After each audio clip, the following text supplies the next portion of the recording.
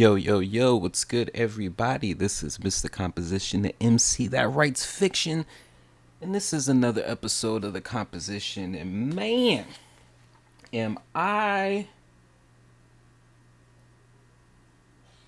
um the it's crazy because we are in this particular time, and I was definitely triggered. There's this if you check out my podcast, well, if you go if you're on YouTube and you look at my video, Can We Cancel Lauren Chin too?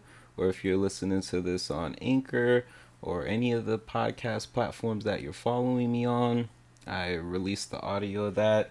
And yeah, I was just triggered because, constantly we're being told as far as these that Black Lives Matter is somehow racist, it's a militia group, whatever. So I was definitely triggered. So, how, after doing a couple of articles, sharing it, and videos and different things like that, and I went into, because I just woke up and I was just like, not right now, but when I woke up today, thank the ancestors, thank you. I was just in this. That takes a lot out of me to engage in that type of stuff, and no one asked me to, but I was just very triggered because there are multiple people like this. Multiple people. And, it takes a lot out of me to sit up there, and normally I don't engage in that stuff for a reason. But, I woke up, I started to get into my morning routines, which is yoga, reading, meditation, and writing. And so, in this book that I'm reading, Atomic Habits, there's a part here, and this is going to be the name of the podcast, which is Being Proactively Lazy. Now, there's this quote in here, and it was basically talking about an IT developer and how he basically created these habits, like when he finished watching TV, places the remote back on the TV stand, arranges the pillows on the couch, and folds the blanket. When he leaves his car, he throws any trash away. Whenever he takes a shower, he wipes down the toilet while the shower is warming up. As he notes, the perfect time to clean the toilet is right before you wash yourself in the shower anyways. And the purpose of resetting each room is not simply to clean up after the last action, but to prepare for the next action. And he says that, because I do this every day in every room, stuff always stays in good shape. People think I work hard, but I'm actually really lazy. I'm just proactively lazy. It gives you so much time back. Now, this is very, very interesting because the whole point of this chapter is the path of less resistance. And so, the chapter summary is just saying human behavior follows the law of least effort. We will naturally gravitate towards the opinion that requires the least amount of work. Create an environment where doing the right thing is as easy as possible. Reduce the friction associated with good behaviors. When friction is low, habits are easy. Increase the friction associated with bad habit or bad behaviors. When friction is high, habits are difficult, and prime your environment to make future actions easier.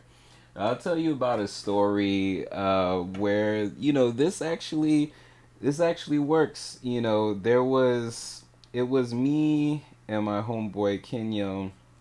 We were doing our expansion tour, and we went to Japan, and so we flew out from LA.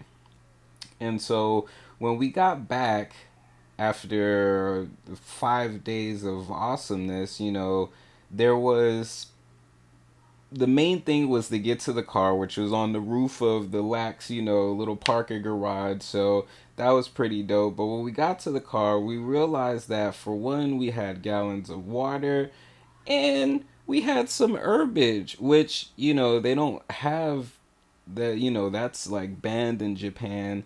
So 5 days sober AF, and then coming back and then having the water and the herb. We didn't even have to leave that spot for, I think it was up there for like a cool hour or two, just reflecting, and that made it easy because it was just all like, instead, we might have been frantic and just like, all right, let's go do this, or you know maybe not even been able to do that because of might have spent too much in Japan or something like that. So that in itself is like one example, whatever, but it was just setting our future self up. We didn't even have to think about that, and we did it.